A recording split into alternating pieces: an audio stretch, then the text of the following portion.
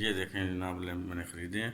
Wind power. اور یہ دیکھیں Wind, although it might not need explaining, is moving air caused by differences in atmospheric pressure. بند کاٹن پڑا ہوا. Wind speeds vary based on geography, topography, and season.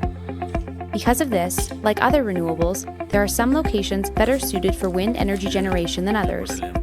In fact, there are optimal wind locations both onshore and offshore. Energy is derived from wind by converting the air's motion into mechanical energy. Traditionally, this energy was used for milling grain and pumping water, but today is most commonly used to create electricity. The mechanism used to convert air motion into electricity. Wind power. Wind, although it might not need explaining, is moving air caused by differences in atmospheric pressure. Wind speeds vary based on geography, topography, and season.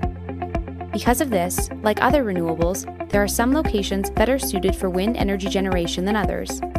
In fact, there are optimal wind locations both onshore and offshore.